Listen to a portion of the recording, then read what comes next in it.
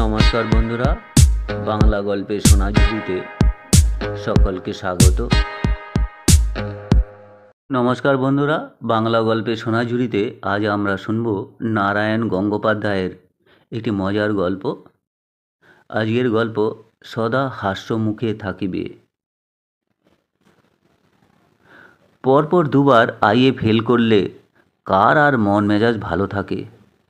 তার উপর বরদা যখন বললেন ওর আর পড়ে দরকার নেই, এবার গলির মোড়ে বিড়ির দোকান করে দেব, তখন ডাবু স্রেফ উড়নতুবড়ির মতো ছিটকে পড়ল বাড়ি থেকে। ময়দানে বসে বসে যখন এসব কথা ভাবছে, ঠিক সেই সময়ে স্বামী ঘুরঘুরানন্দের আবির্ভাব। ইয়া জটা, ऐसा দাড়ি, চোখ দুটো লাট্টুর মতো ঘুরছে। ডাবু সামনে এসেই বাস খাই গলায় বললেন, এই ছোকরা, তোমারা পকেট মে क्या है? আওয়াজটা শুনেই ডাবু ঘাবড়ে গেল। একটা চিনেবাদাম চিবুচ্ছিল, হঠাৎ করে গলায় আটকে গেল সেটা।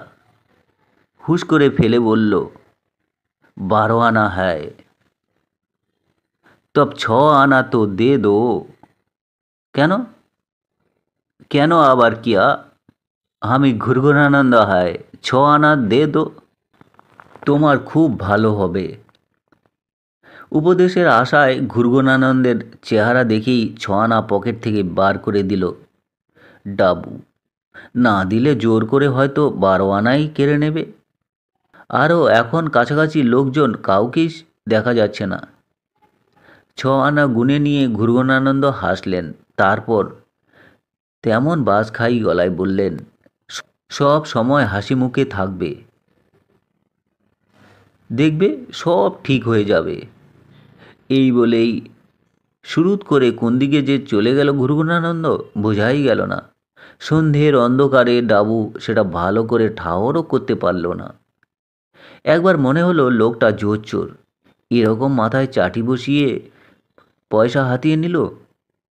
তারপর ভাবলো, কে জানে, কোনো মহাপুরুষই বা হতে পারে। ডাবুর মনের ব্যথার খবর পেয়ে তার সঙ্গে ছলনা করে গেল না তো। সে যাই হোক, উপদেশটা মেনে চলাই যাক। সদা হাস্যমুখে থাকিবে। মন্দ কি? আইএ ফেল করে 3 দিন তো সমানে সমানে কাঁদতেই হয়েছে। একদিন হেসেই দেখা যাক না কি হয়। কি থেকে যে কি হয় কেউ বলতে পারে না সে কথা। চিনেবাদাম খেতে খেতে ডাবু উঠে পড়ল হাস্যমুখেই। এসপ্ল্যানেডে গুমটির সামনে এসে ট্রামের জন্য দাঁড়াতে হলো ডাবুকে। শ্যামবাজারের গাড়ি ধরতে হবে তাকে। হাসি মুখে দাঁড়িয়ে দাঁড়িয়ে ঘুরঘুরানন্দের কথাই সে ভাবছে। কি মশাই, হাসছেন কেন? একটি লোক হঠাৎ তার সামনে এসে বলল। ডাবু চমকে ফিরে তাকালো। ঘাড়ে গদনের ঠাসা প্রচণ্ড মোটা এক ভদ্রলোক তার সামনে। হঠাৎ দেখলে মনে হয় একটা খইয়ের বস্তায় একটা মাথা আর গোটা কয়েক হাত পা গজিয়েছে। দুটো কুতকুতে চোখের দৃষ্টি ডাবুর উপরে ফেলে ঘ্যাস ঘেঁষে গলায় ভদ্রলোক বলছেন, হাসছেন কেন মশাই? এমনি ভদ্রলোক প্রায় তেড়ে উঠলেন। তখন থেকে সামনে আমার দিকে তাকিয়ে আপনি হাসছেন আর বলছেন এমনি? আমি তো স্যার দেখতে পাইনি আপনাকে। দেখতে পাননি বটে। এই কলকাতা শহরে ভিক্টোরিয়া মেমোরিয়াল দেখবার আগে লোকে আগে আমাকে দেখতে পায়, আর আপনি দেখতে পাননি? দেখুন মশাই, মোটা লোককে দেখলে কখনো হাসবেন না। মোটা হওয়ার যে কি দুঃখ, যে হয়েছে সেই জানে। তাছাড়া সব দিন তো আর সমান যায় না মশাই। আজ আপনি শুটকি মাছের মতো রোগা, তাই ভারী ফুর্তি, কিন্তু 2 দিন পরে আপনি যে টেপা মাছের মতো মোটা হয়ে যাবেন না, তা কে বলতে পারে? আমি বলছি তো আপনাকে দেখে আমি হাসিনি। হাসিনি মানে? এখনও তো হাসছেন। জানেন আমি কি করতে পারি? চেঁচিয়ে লোক জড়ো করতে পারি, পুলিশ ডাকতে পারি। তাই ডাকুন। বলতে বলতেই ডাবু সামনের ট্রাম গাড়িটায় লাফিয়ে উঠে পড়ল। সদা হাস্যমুখে থাকিবে, ঘুরঘুরানন্দের উপদেশ কিন্তু প্রথম থেকেই যেন গোলমেলে হয়ে যাচ্ছে। তা হোক, আজকের দিনটা যে পরীক্ষা করেই দেখব। পকেট হাতড়ে আবার সে গোটা কয়েক চিনাবাদাম বের করলো। ট্রাম চলছে আর সেই ফাঁকে চলছে বাদাম খাওয়া। ঘুরঘুরানন্দের কথাটা ঘুরছে মাথার ওপর। এমন সময় সামনের সিটের লোকটা হাউ হাউ করে উঠলেন, দাদা, ও দাদা। ডাবু খেয়াল করেনি প্রথমটায়, কিন্তু পরক্ষণেই ডাক এলো, এবার রীতিমতো আর্তনাদ যেন। ও চিনাবাদাম খাওয়া দাদা, শুনতে পাচ্ছেন? ডাবু ফিরে তাকালো। সামনের সিটে কালো লম্বা লোকটি প্রায় তেড়ে উঠছেন ততক্ষণে। বলি, আর চোখে আমার দিকে তাকিয়ে খুব যে হাসা হচ্ছে। না হয় চোখ দুটো আমার টেরাই আছে, তাতে হাসির কি পেলেন এত? আমি তো সেই জন্য হাসিনি। তবে কি জন্য? ল্যাম্পপোস্ট দেখে হাসছেন, ট্রাম গাড়ি দেখে হাসছেন, না জুতোর দোকান দেখে হাসি পাচ্ছে? আমি দর্জিপাড়ার বেচু গড়গড়ি, বেশি চালাকি করবেন তো অসুবিধায় ফেলে দেব। কেন খামকা চালাকি করতে যাব আপনার সঙ্গে? কি দায় পড়েছে আমার? বটে বটে। বেচু গড়গড়ি প্রায় রুখে উঠলেন। তাহলে হাসছিলেন কেন আমার টেরা চোখ দেখে? ন্যাকা পেয়েছেন আমাকে? কি মুশকিল! ওটা আমার অভ্যেস। অভ্যেস? এরপরে হয়তো আমার নাকটাকে খিমচে দিয়ে বলবেন, এটাও আমার অভ্যেস। হয়তো কটাং করে কান কামড়ে নিয়ে বলবেন, ওটাও আমার অভ্যেস।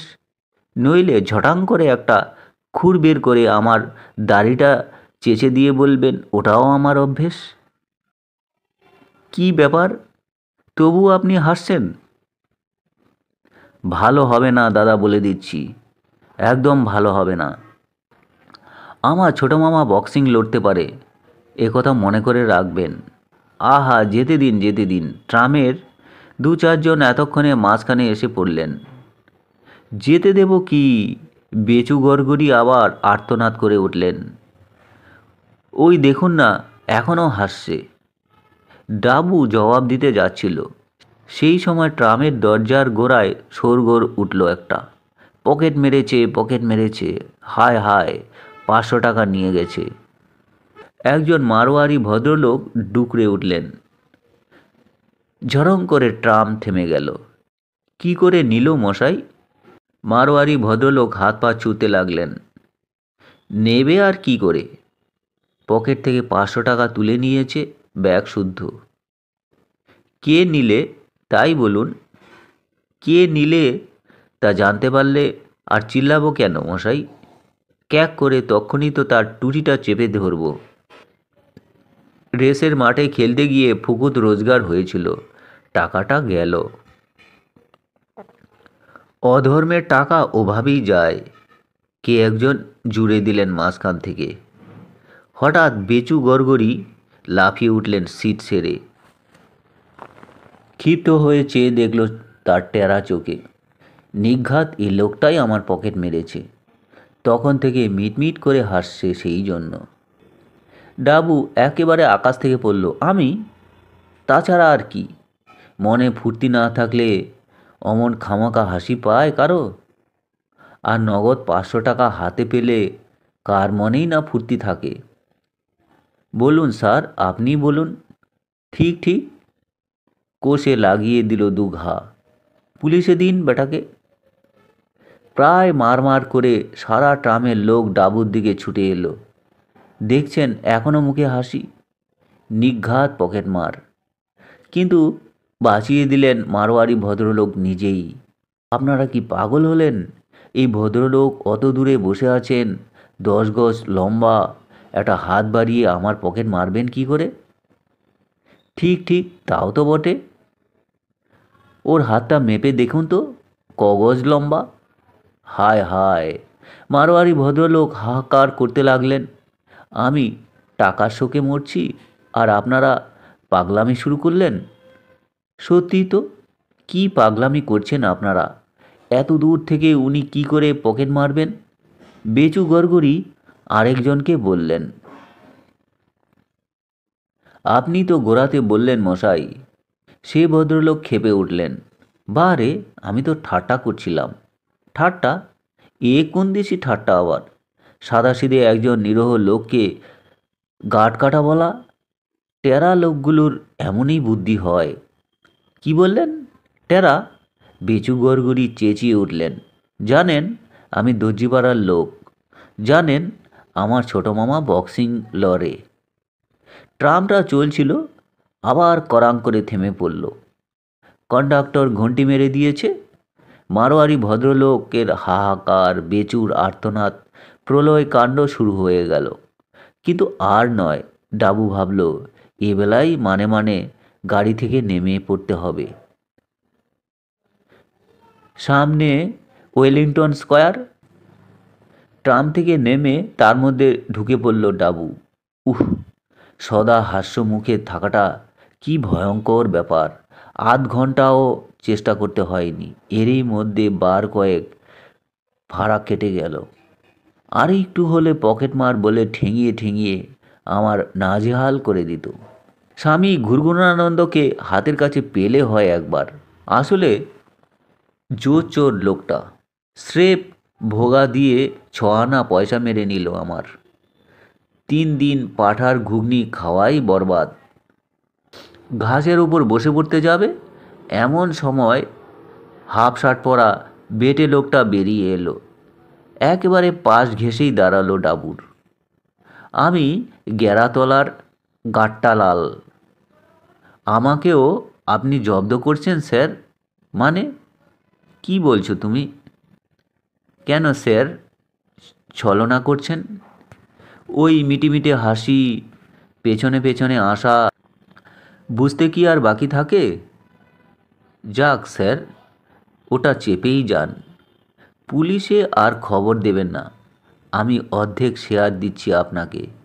এই বলে ডাবুর হাতের মধ্যে কি কতগুলো কাগজ গুজে দিয়ে শুরুত করে অন্ধকারে কোথায় মিলিয়ে গেল হাফ শার্ট পরা বেটে লোকটা। যেমন করে স্বামী ঘুরঘুরানন্দ মিলিয়ে গিয়েছিল, ঠিক সেরকমভাবেই। কিন্তু হাতের কাগজগুলোর দিকে তাকিয়ে ডাবুর হাসি বন্ধ হয়ে গেল। মিটমিটে হাসি একদম বন্ধ হয়ে গেল এতক্ষণে। সেগুলো কাগজ নয়, একতারা 10 টাকার নোট। তো বন্ধুরা, এই ছিল নারায়ণ গঙ্গোপাধ্যায়ের একটি সুন্দর মজার গল্প। গল্প পাঠ যদি ভালো লাগে, সঙ্গে থেকে চ্যানেলটি সাবস্ক্রাইব করবেন। সকলে ভালো থাকবেন। ধন্যবাদ।